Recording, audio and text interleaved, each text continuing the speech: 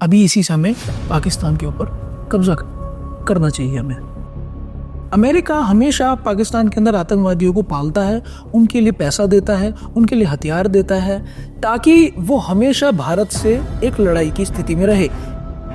तो अमेरिका हर देश में हस्तक्षेप करा है उसने। आप मिडिल ईस्ट के जितने भी देश हैं, ईरान हो गया, इराक हो गया, यमन हो गया, लीबिया हो गया, आप देश का नाम लीजिए, उस देश में अमेरिका घुसा है। किस देश में नहीं घुसे? क्यूबा के अंदर हो गए, भारत के अंदर हस्तक्षेप कर रहे हैं। कहाँ अमेरिका है, कहाँ भारत है, पाकिस्तान है? फिर भी इनको बीच में नाक घुसेड़नी है अपनी। भारत और पाकिस्तान का जो कश्मीर का मसला है, उसमें खुद आके इनका कोई ना कोई राजदूत आके खड़ा हो जाता है कि हम बताएंगे तुम कैसे बात करोगे, हम करवाएंगे सीज़फायर, और तुम होते कौन हो? अब अगर आप अभी भी देखेंगे तो पाकिस्तान जैसे देश को अगर अमेरिका को सपोर्ट ना करना होता, आतंकवाद को ना करना होता, तो उसे कर्जा क्यों दिलाता? उसे कर्जा भी दिला दिया अभी। अगर हमें इस दुनिया की ये जो भागदौड़ चल रही है, जो जियोपॉलिटिक्स चल रही है पूरी दुनिया की, इसमें अगर हमें सर्वाइव करना है, अगर हमें जीवित रहना है, तो ताकतवर होने के अलावा कोई हमारे पास उपाय नहीं है। हमारे देश में बताया जा रहा है कि चीन तुम्हारा बहुत बड़ा दुश्मन है। चीन उतना बड़ा दुश्मन है नहीं जितना बड़ा अमेरिका है, और हमें ताकतवर बनना पड़ेगा। हमारे पास सिर्फ और सिर्फ एक उपाय है। जिस तरीके से चीन आज तक काम करता आ रहा है, उस तरीके से हमें भी काम करना पड़ेगा, और उससे और अच्छे तरीके से। साथियों, मैं प्रशांत सिंह, और आज हम चर्चा करेंगे भारत पाकिस्तान के युद्ध के बारे में। हमारे साथ हैं शिवांग यादव जी। नमस्कार जी। नमस्कार जी। तो शिवांग जी, आप देख रहे हैं पूरे देश में चर्चा है भारत और पाकिस्तान के युद्ध के बारे में। तो भारत और पाकिस्तान के बीच में वैसे तो शुरू से ही अच्छे संबंध नहीं रहे, और हम लगभग 3 ऑफिशियल वॉर लड़ चुके हैं, और आतंकी गतिविधियां भी होते रही हैं समय समय पर, कुछ पुरानी सरकारों के शासनकाल में और कुछ प्रेजेंट सरकार के शासनकाल में हुआ है। तो क्या ये दोनों मुल्क में शांति स्थापित नहीं हो पा रही? बदले में वो कुछ करते हैं और उसके जवाब में हम कुछ करते हैं। तो कुछ ऐसा सल्यूशन निकल सकता है कि दोनों देशों में शांति स्थापित की जा सके। आखिर पाकिस्तान तो कभी सुधरने का नाम नहीं ले रहा, तो क्यों ना हम कुछ ऐसा स्थायी समाधान निकालें जिससे हमारे देश में शांति स्थापित हो सके, और ये जो आतंकवादी गतिविधियां हैं ये रुक सके, और दोबारा कभी युद्ध ना हो। देखिए प्रशांत जी, मुझे इतना समझ आता है, मेरे हिसाब से देखिए, पाकिस्तान एक बहुत कमज़ोर देश है। अगर हम ताकत के मामले में देखेंगे भारत से, तो पाकिस्तान को हमेशा एक आतंकवाद के रूप में इस्तेमाल किया जाता है बाहरी शक्तियों द्वारा। उसके ऊपर मैं बाद में आऊँगा भी कि बाहरी शक्तियाँ कौन है, कौन उसको इस्तेमाल करता है इस तरीके से। लेकिन पाकिस्तान जिस तरीके से इतने सालों से हमसे युद्ध करता आ रहा है, हमारे देश में आतंकवादियों को भेजता है, हमारे देश के लोग शहीद होते आ रहे हैं, हमारे सिपाही शहीद होते हैं, हमारे आम नागरिक शहीद हो जाते हैं, उनकी हत्या कर दी जाती है। तो इस तरीके से जब एक पड़ोसी निरंतर आक्रमण कर रहा है, और सौभाग्य से वो हमसे कमज़ोर भी है, तो उसका सिर्फ और सिर्फ एक यही उपाय बचता है कि उस देश के ऊपर कब्जा किया जाए और उसको अपने देश में मिला लिया जाए। और क्योंकि पाकिस्तान हज़ारों सालों से हमारे अखंड भारत का हिस्सा रहा है, तो उसको अपने देश में मिलाने में हमें कोई हिचक भी नहीं होनी चाहिए। और आज के समय में ये बहुत अच्छा एक समीकरण बन रहा है जिसके अंदर हमारी सेनाएं कर सकती है। अभी जैसे युद्ध चल रहा है, उसके अंदर हमारी सेना अगर थोड़ा सा और पराक्रम दिखाए, थोड़ी सी और हिम्मत करे, तो पाकिस्तान को पूरा कब्जा सकती है। पाकिस्तान बहुत कमज़ोर है हमारी सेना के मामले में, सेना के तीनों क्षेत्रों में वो हमसे कमज़ोर है। सेना की संख्या के मामले में भी, टेक्नोलॉजी के मामले में भी हमसे पीछे, इकोनॉमी में भी हमसे पीछे। तो आज नहीं तो कल वो घुटने टेकेगा, और घुटने टेकेगा तो उसको दोबारा खड़े होने का मौका नहीं देना चाहिए। जिस तरीके से हमारे देश में पिछली बार अभी कुछ समय में उरी पे आतंकवादी हमला हुआ, उरी के अंदर, पुलवामा के अंदर हुआ, हमारे सैनिक शहीद हो गए, अभी पहलगाम में हुआ है।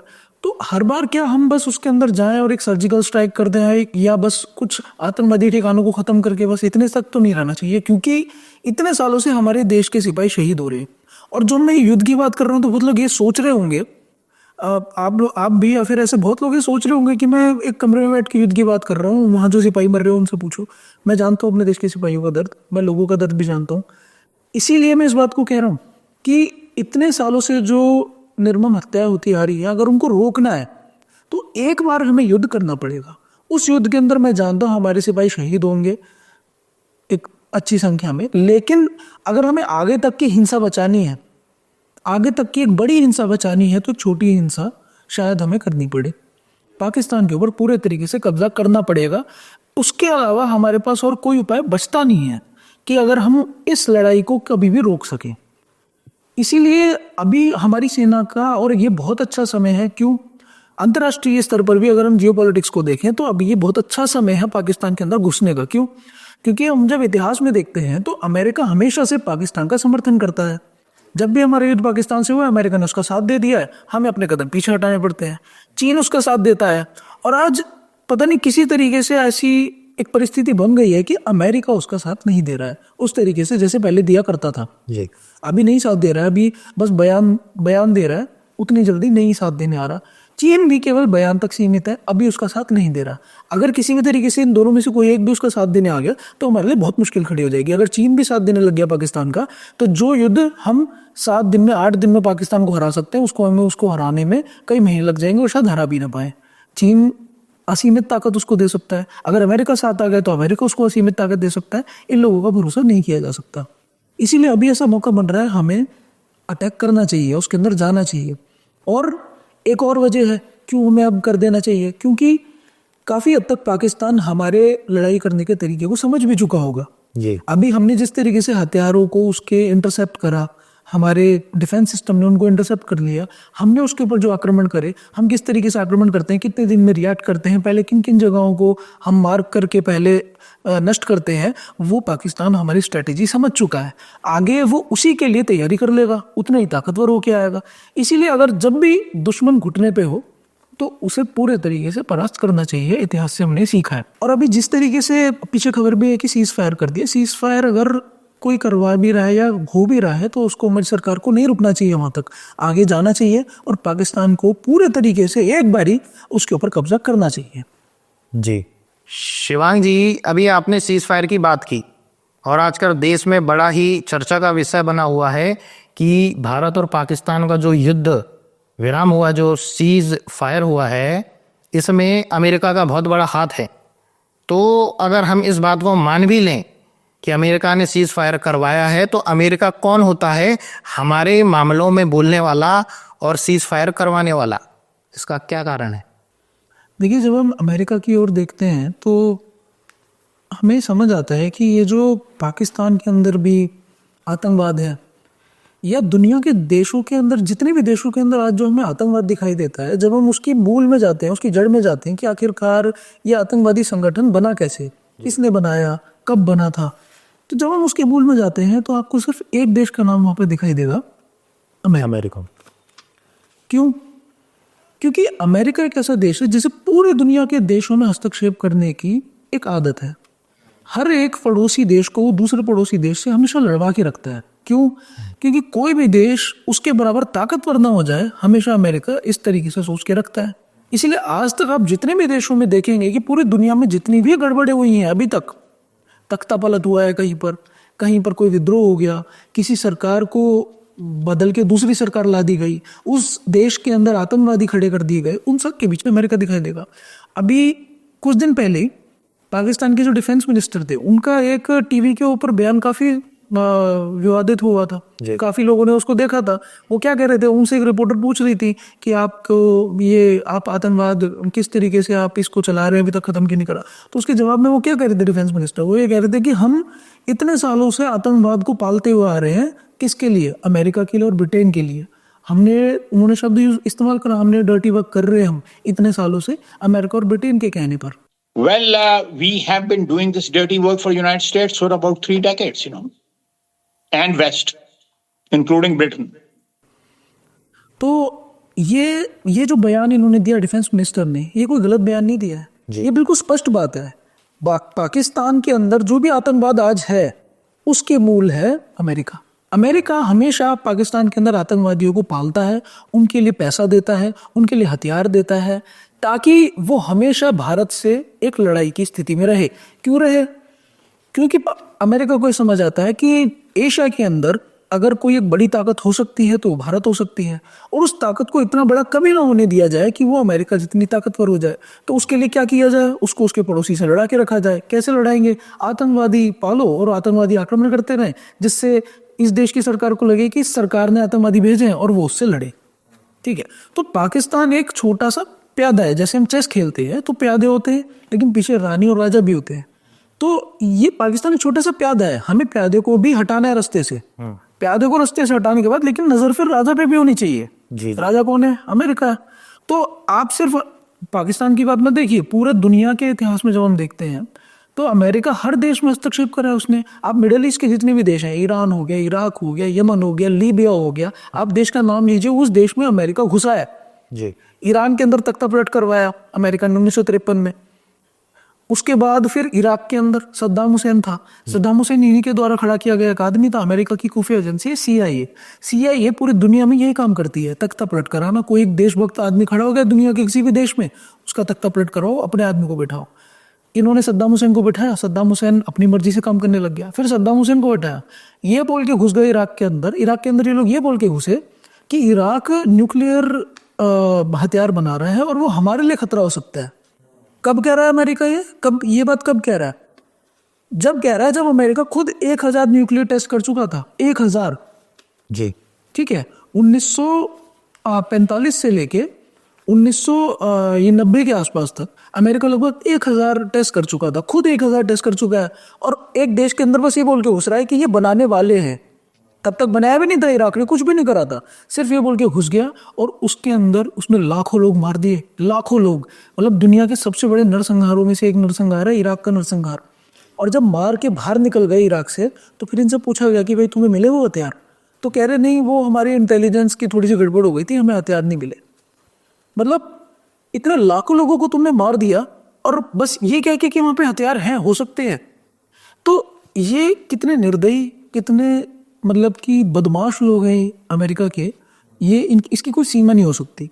सिर्फ इराक की बात नहीं है, लीबिया का मुअम्मर गद्दाफी, वो लीबिया के लिए सब कुछ करना चाह रहा था। उसने ये कह दिया था कि मैं डॉलर के अंदर एक्सचेंज नहीं करूंगा अपने तेल को, मैं डॉलर के अंदर नहीं दूंगा, मैं सोने के अंदर दूंगा। तो इन्होंने उसका तख्ता पलट करवा दिया। किस देश में नहीं घुसे? क्यूबा के अंदर हो गए, भारत के अंदर हस्तक्षेप कर रहे हैं। कहाँ अमेरिका है, कहाँ भारत है, पाकिस्तान है। फिर भी इनको बीच में नाक घुसेड़नी है अपनी। भारत और पाकिस्तान का जो कश्मीर का मसला है उसमें खुद आके इनका कोई ना कोई राजदूत आके खड़ा हो जाता है कि हम बताएंगे तुम कैसे बात करोगे, हम करवाएंगे सीज फायर। अरे तुम होते कौन हो? हमारा पर्सनल मामला है, तुम होते कौन हो बीच में बोलने वाले? क्यों बोलोगे तुम? किस हैसियत से बोल रहे हो? लेकिन ये जो एक एटीट्यूड चाहिए ना अमेरिका को डील करने के लिए, ये हमारे नेताओं में है नहीं। है नहीं, डरते हैं, अमेरिका से डरते हैं। सिर्फ भारत के नेता नहीं, पाकिस्तान के नेता भी डरते हैं कि इतनी बड़ी ताकत के सामने हम कैसे बोले। ताकत के सामने बोलने से डरना तो कायरो की एक भाषा होती है। आप नॉर्थ कोरिया को देखिए, छोटा सा देश है लेकिन अमेरिका के सामने सीना तान के खड़ा रहता है। सही बात। सीना तान के कि ज्यादा बोलोगे न्यूक्लियर मार दूंगा, मैं डरता नहीं तुमसे, न्यूक्लियर हमारे पास भी है। लेकिन बात ये होती है कि उस देश से डर के क्या तुम काम करोगे? तो आतंकवाद के मूल में तो अमेरिका ही है। अगर इसका सिर्फ और सिर्फ एक उपाय ये हो सकता है कि पाकिस्तान को कब्जा के अमेरिका की CIA को अपने देश से और पाकिस्तान से बाहर निकाल के फेंका जाए। आप कोई भी युद्ध देख लो, 65 का युद्ध देख लो, अमेरिका ने पाकिस्तान का साथ दिया। क्यों साथ देता है? वो ये देखता है कि इन दोनों देशों के जो दो देशों का कॉन्फ्लिक्ट है, इनमें कमजोर देश कौन सा है, उसको मदद कर देता है। उसने देखा भारत से कमजोर पाकिस्तान है, पाकिस्तान को मदद करी थी 65 में, 71 में मदद करी, मदद करता आया, सारी चीजों में मदद करता आ रहा था। 71 तक न्यूक्लियर पावर बनवा दिया पाकिस्तान को अमेरिका ने। तो आप ये देखो कि कमजोर देश को मदद करता है। और आप ये देखो बदमाश कितना है अमेरिका। जब भारत और पाकिस्तान की बात आती है तो पाकिस्तान को सपोर्ट करेगा। क्यों? ताकि विवाद हमेशा बना रहे, कमजोर देश को सपोर्ट करो। लेकिन जब भारत और चीन की बात आती है तो भारत को सपोर्ट करता है। समझ आई आपको ये बात? जी जी। क्योंकि चीन हमसे ज्यादा ताकतवर है। ठीक है, चीन और बड़ा खतरा है अमेरिका के लिए। तो उस संदर्भ में भारत की मदद करता है, भारत को सपोर्ट करता है। ठीक है, एक बहुत अच्छा, बहुत एक प्रसिद्ध एक वो है एक्सपेरिमेंट हो रहा था जब चीन को, मतलब चीन के ऊपर न्यूक्लियर अटैक कर सके अमेरिका, उसके लिए भारत उसमें चुना था। और भारत के अंदर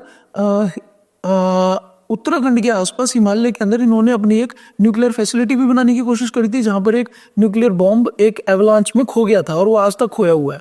नंदा देवी जो पर्वत है उत्तराखंड के अंदर, वहां पर वो खो गया था। तो ये क्या कर रही थी CIA? अब चीन से लड़ने के लिए भारत का समर्थन कर रही थी बस उस समय पे। और फिर जब ये हो गया, जब 62 में युद्ध हुआ हमारा चीन से, तब इन्होंने उस समय 62 में जब युद्ध हो गया तब इन्होंने हथियार दिए अमेरिका ने। उससे पहले चीन की मदद, पाकिस्तान की मदद कर रहा था। और फिर जैसे ही हमारा युद्ध खत्म हुआ पाकिस्तान चीन के साथ, उसके बाद इन्होंने फिर 65 में फिर से पाकिस्तान की मदद करी अमेरिका ने। 71 में मदद करी। 71 में तो इन्होंने अपना युद्धपोत भेज दिया था। जी। अमेरिका ने युद्धपोत भेज दिया था 71 में कि हम पाकिस्तान को कहीं हराना दे पूरी तरीके से। ब्रिटेन ने भी 2 युद्धपोत भेज दिए थे अपने न्यूक्लियर, मतलब न्यूक्लियर अटैक करने तक तैयार था ये अमेरिका, यही अमेरिका। जी। वो तो रूस ना आता तो हम बचते नहीं। रूस ने अपने फिर पनडुब्बियों की एक फ्लीट भेजी थी तो उससे हम बच गए थे। उन्होंने अपना रास्ता बदल लिया था फिर। तो ये हमें समझना पड़ेगा कि ये अमेरिका जैसा देश, ये लोग किसी के सगे नहीं है। ये जो अंग्रेज हैं इनसे बहुत सतर्क रहना पड़ेगा। पाकिस्तान जैसे छोटे मोहरे को दबा के इन लोगों के ऊपर भी नज़र रखनी चाहिए और इनके बराबर ताकतवर होना पड़ेगा। उसके अलावा भारत के पास कोई समय नहीं है। नहीं तो आप इनका इतिहास देखोगे तो पूरी दुनिया में इन्होंने हस्तक्षेप करा, पूरी दुनिया को बर्बाद किया है अमेरिका जैसे देश ने। शिवांग जी, अभी आपने बताया कि भारत और पाकिस्तान की जो सरकारें हैं अमेरिका के इशारों में काम करती हैं, तो फिर भारत और पाकिस्तान की जो लड़ाई चलती आई है वह किस तरीके से रुकेगी? अगर आप जो बता रहे हैं उसके अनुसार तो फिर भारत और पाकिस्तान कभी एक हो ही नहीं सकते, ना दोनों देशों में शांति स्थापित हो सकती और ना शांति स्थापित होने देगा अमेरिका। तो फिर सल्यूशन क्या है शांति स्थापित होने की, कि हम भी चैन से रह सकें और वे भी शांति से रह सकें? देखिए, अगर हमें समस्या के समाधान में जाना होगा तो हमारे पास सिर्फ और सिर्फ एक ही तरीका है। अगर हमें इस दुनिया की ये जो भागदौड़ चल रही है, जो जियोपॉलिटिक्स चल रही है पूरी दुनिया की, इसमें अगर हमें सरवाइव करना है, अगर हमें जीवित रहना है, तो ताकतवर होने के अलावा और कोई हमारे पास उपाय नहीं है। जी। जब हम देखते हैं कि हमारा चीन से युद्ध हुआ था 62 में, उस समय हमारे देश में एक ऐसी सरकार थी, जवाहरलाल नेहरू के अंतर्गत एक ऐसी सरकार चल रही थी जिसने कभी सेना पे ध्यान ही नहीं दिया, सेना को ताकतवर ही नहीं होने दिया, ये बोल के कि हमसे कौन युद्ध करेगा, हमसे कोई युद्ध नहीं करेगा तो हमें क्यों ताकतवर होना है, हमें क्यों हथियार इकट्ठे करने हैं।